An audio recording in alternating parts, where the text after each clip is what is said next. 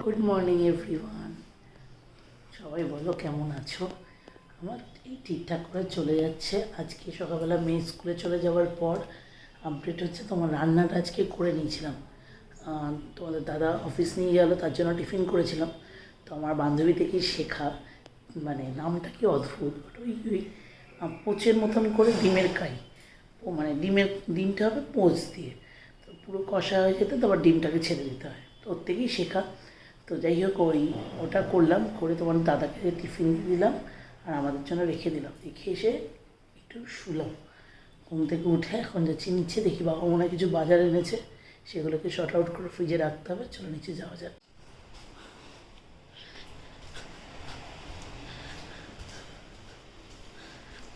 সত্যি আমিও জানি না, আমি আজকে ওপর থেকে নামিয়ে নি।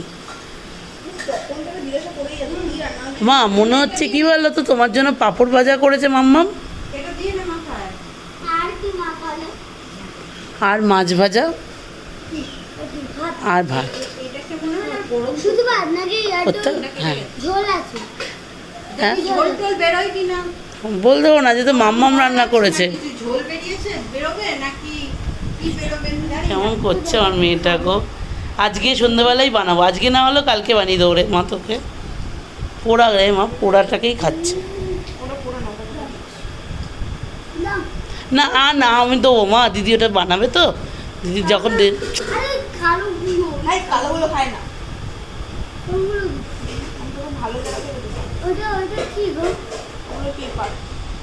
আমি বানিয়ে দেবো মা, ওটা দিদি তো দেবে। দেখো আজ সাথী দিদির জন্মদিন, ঠিক আছে, তুমি একটা চকলেট বানিয়ে দিক, তারপরে একটা আমার জন্য।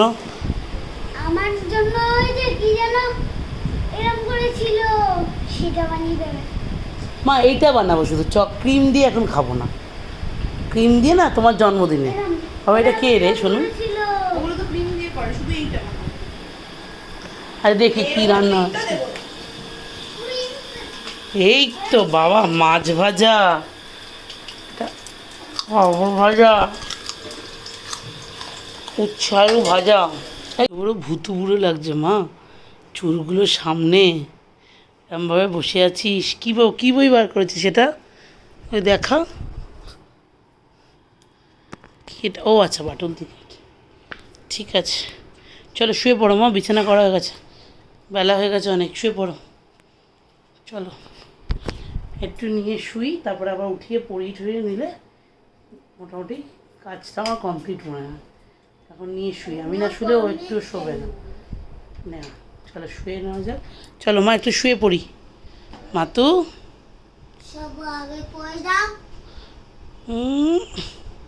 ভুতু বুড়ো লাগছে পুরো, সেই আমাকে কি না, আমাকে দিদি করেছিল, ভুলে গেছি।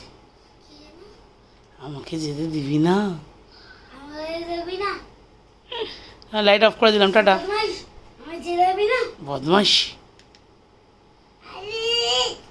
চলো ঘুমিয়ে পড়ি। না না বস না, এখানে বস। ওমান মাতু ওঠো, ওঠো সোনামা, ও সোনামা, সোনামা অঘরে ঘুমাচ্ছে। সোনামা, ও সোনামা ওঠো ওঠো ওঠো। ও তো বাবা নড়েও না চড়েও না, দেখ। ও সোনামা, দুবেলা শোয়ার আগে কী বলে বল, মা ঘুমাস না, যে কি ঘুমাতেই হবে কেন বল? ওই 5:30টায় সাবানা আসবে, বলছে না, বলছে সাবানা দিদি আসবে, তার ঘুমালাম না। মা একেবারে রাখছে ঘুমো, বস খেয়ে নি। এই এইবার দিদি অত অত অত হতে পারো না, ও তো সবসময় করে না, ওর হাত ধক যখন শরীর খারাপ হয় তখনই করে। এখন আবার করছে, এখন কি হলো কি জানি, ডাকছি উঠছে না, ফেলে দিচ্ছে, ফেলে দিল। দিদি কেক বানানো হয় বাবা, দেখিস এই এত বাড়ি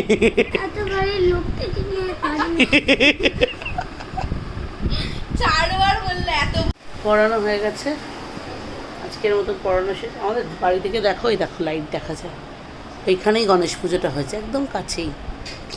বলছি এখন যাচ্ছে সে দিদির সাথে বিয়ে, মানে জন্মদিনের বাড়ি, তো দিদির টিচারের আজকে জন্মদিন সোনু, তো ওকেও বলেছে, সে এখন খুব এক্সাইটেড।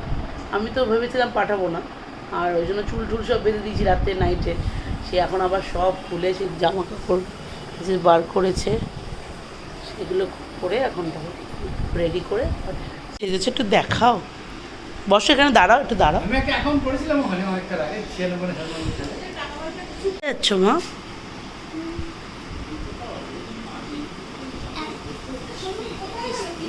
আমি বসে বসে চোখের কি অবস্থা, বাড়িতে থাকলে না রেডি। এখন আমি বসে বসে মেয়ের এই যে কবিতাগুলো লিখে রাখছি আবৃত্তির। এটা নতুন আবৃত্তি দিয়েছে আবোল তাবোলে সুকুমার রায় মেঘমুলুকে। আর এগুলো রেড কালি দিয়ে লিখছি, কারণ এগুলো হচ্ছে দুবার করে বলতে হবে, তো ওটাই করছি। আর গেছে তোমাদের দাদা মেয়েকে আনতে, শুরু ফোন করেছিল, আর আসুক সে কী খেয়েছে জেনে তারপরে আবার খাওয়াতে বসতে হবে। খেয়ে আসে তো ভালোই, তখন লিখে নিই। গানেরটা লেখা হয়ে গেছে, স্কুলেরটা লেখা হয়ে গেছে, এটা গানের খাতা, এটা স্কুলের, আর এটা আবৃত্তির। যতদিন পাচ্ছে করুক, বড় স্কুলের চাপ বেড়ে গেলে এত কিছু করা সম্ভবও হবে না। তাও কিছু তো শেখা থাকবে, এগুলোর প্রতি আগ্রহ তো থাকবে, নিজে নিজেই বাড়িতে তখন চেষ্টা করতে পারবে। আমি তো চাই নিয়ে যাক, এবার সোনুর সাথে গেছে, মেয়েটা একটু খুশি হয় দিদির সাথে কোথাও যেতে পারলে। আবার দিদি সোনুরই টিচার, খুব ভালোবাসে মেয়ে। আমি ছেড়েছি, কিন্তু দাদার খুব চিন্তা হয়, আসলে রাত্রিটাও হয়েছে না। সোনু মেয়ে না গেলে কী হয়, সাইকেল নিয়ে যেত, হু করে যেত, হু করে আসতো। এবার মেয়েকে নিয়ে গেছে বলে হেঁটে হেঁটে গেছে, তো দাদা কি দাঁড়িয়ে আছে বাড়ির পাশে, এবার মেয়ে বেরোলে মেয়েকে নিয়ে আসবে। এগুলো ভালোও লাগে না, যেহেতু এগুলো আমরা পাইনি, মানে আমার মা আমাকে কোথাও ছাড়তো না। আমি যেখানে টিউশনে যেতাম, আমার মা তার পাশে বারান্দা যদি না থাকতো, রাস্তায় ঘন্টার পর ঘন্টা দাঁড়িয়ে থাকতো, মা কোনো দিনই ছাড়েনি। হ্যাঁ, বাবা হয়তো করেনি, কাউকে তো একজন করতে হয়, আর এখানে আমি ছেড়ে দিয়েছি, বাবা যায়। আমার মায়ের সাথে ওর বাবার অনেকটা মিল আছে সব কিছুতে, কাজের ক্ষেত্রে বলো, মেয়ে মানুষ করার ক্ষেত্রে বলো। আমার মা কোনো দিন আমাকে একা চায়নি। 11-12 ওকে স্কুলে দিয়ে আসতো, নিয়ে আসতো। আর এখানে হয়তো ওর বাবা অতটাও হবে না, কিন্তু তাও মেয়ে গেছে, খুব টেনশন। যতক্ষণ না আমি বাড়ি আসবো চিন্তা শেষ হবে না। আমি যখন পরে ভিডিও ক্লিপগুলো দেখি আমার চোখের তারাটা পুরো খালি পড়ে গেছে। কিন্তু বিশ্বাস করো, আমি না রাত জাগি, দুপুরবেলা মেয়ের পাশে ঘুমাই। অনেক দিন টানা 1 মাস ফেসবুক নিয়ে খুব মাতামাতি করেছি, তারপর দেখছি না, মুখ চোখ তো বাজে লাগছে, তারপরে যতটা দরকার ততটা করি, এর থেকে বেশি করি না। কিন্তু আমি যখন ভিডিও ক্লিপগুলো পরে দেখি ঠিকঠাক তুললাম কি না, পুরো এগুলো পুরো কালো হয়ে গেছে। আর তোমরা হয়তো এখন খুব কম সংখ্যক লোক আমার ভিডিও দেখো, কিন্তু আমার মনে হয় পাখার আওয়াজটা, ঘেরা করে আওয়াজটা হয়, কিন্তু পাখা বন্ধ করে ভিডিও করার অভ্যাসটা এখনও হয়নি। দেখি সবাই দেখা শুরু করুক, সবাই বললে তারপর করুক। টাটা শোনো, টাটা। সেদ্ধ করে রাখো, আমি বাকিটা করে রাখবো।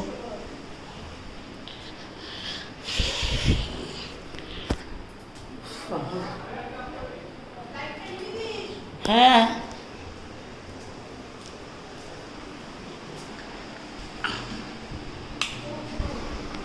বুঝিয়ে নি মেয়ের।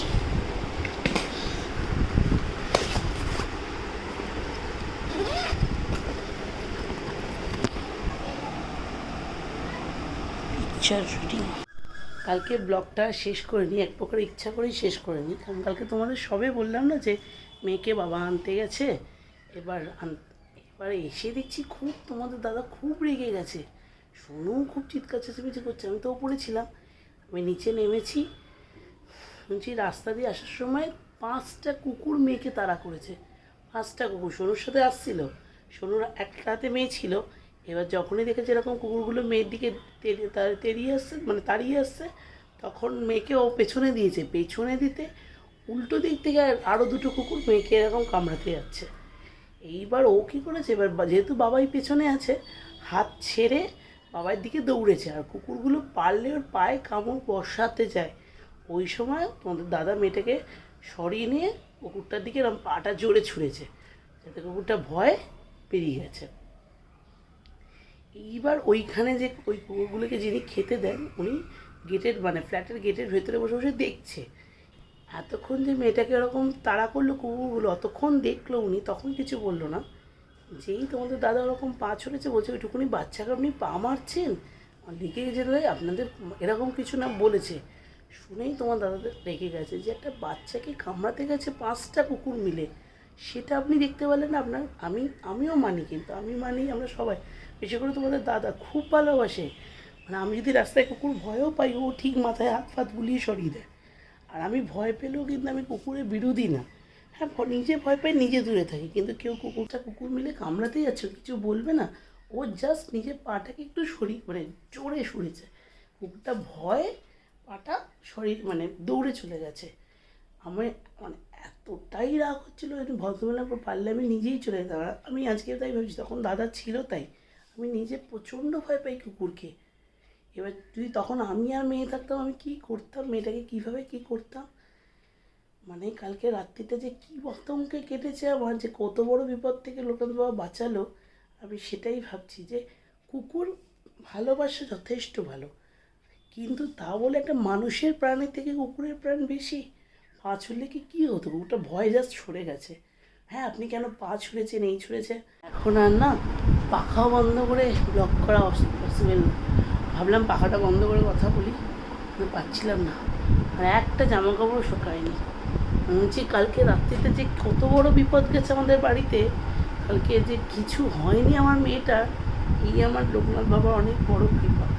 মানে আমি তো আমি কী বলবো বুঝতে পারছি না। আর তোমার দাদা বলছে কেন তুমি পাঠালে সোনুর সাথে, দুজনেই ছোট, আমি যদি আজকে না আনতে যেতাম।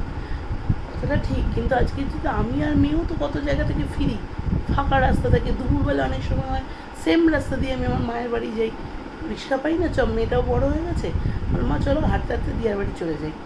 যদি সেখানেও তো কিছু হতে পারতো। আমি তো যতবার ভাবছি কী করে, ভাবুন 5টা কুকুর মিলে মেয়েটাকে খেয়ে। মেয়েটার বক্তব্য হচ্ছে যে আমি ওই ইউনিকর্ন ব্যাগটা নিয়ে গেছিলাম মা, ওরা ওই ইউনিকর্ন ব্যাগটার জন্যই আমাকে কামড়াতে এসছে, নাহলে তো আগে কখনো এরকম করেনি আমার সাথে। আমি জানি না, আজকে লোকনাথ বাবা অশেষ কৃপা, আমার মেয়েটার কিছু হয়নি। আজকে কিছু হলে আমি কি করতাম। এবার আমি বলছি না ওরাও নিরীহ প্রাণী, তা বলে ওদেরকে আমি বাঁচানোর জন্য কিছু করবো না। আমি একটা হাতে যদি আমার তো হাতে ঢিল থাকলে তো আমি ঢিলও ছুটতে পারতাম। আগে তো আমি আমার মেয়েকে বাঁচাবো। আমার তখন মনে হবে যে ও নিরীহ প্রাণী, আমার মেয়েকে কামড়া, বলছে এটা নিরীহ প্রাণীর গায়ে হাত দিচ্ছেন, পা ছড়ছেন। আমার তো মনে হচ্ছিল এখনই যাই ওনাকে গিয়ে বলি যে শুনুন আপনি, আর নিচে কিন্তু গেট দিয়ে ভেতরে খেতে দিয়ে গেট দিয়ে ভেতরে ওই কুকুরগুলো ওখানে গায়ে বসে খাচ্ছিল। হঠাৎ করে কি মনে হলো, আমি ওই জন্য আর কালকে ব্লগটা শেষ করে নিই। আমি জানি যে অনেকগুলো কথা রয়ে গেছে একেবারে আজকে সকালবেলা ভোরবেলা। আর আমি যদি তখন আবার ক্যামেরা নিয়ে বসে, দেখুন আমি ডেলি লাইফ শেয়ার করি কারণ আমার ভালো লাগে, ছোটো ছোটো করে আমাদের মুহূর্তগুলো ভালো লাগে। এবার আপনারা দেখতে দেখতে আস্তে আস্তে আপনারাও আমাদের পার্ট অফ লাইফ হয়ে যাচ্ছে। আমি ভাবছি যে এটুকুনি একটা এটা প্রত্যেকের শোনা উচিত যে কুকুর ভালোবাসে সবাই, আমিও ভালোবাসি, কিন্তু হ্যাঁ আমি প্রচণ্ড ভয় পাই, প্রচণ্ড ভয়। আমি দূরে দূরেই যাই। হয়তো আমার বাড়িতে আপনি কোনোদিন যদি দেখবেন আমাদের সিঁড়ির তলায় এত বিস্কুট, বাবা ঢোকার সময় আমাদের পাড়ায় যত কুকুর আছে 2টো করে আসে, 2টো করে বিস্কুট দেয়, ব্যাস।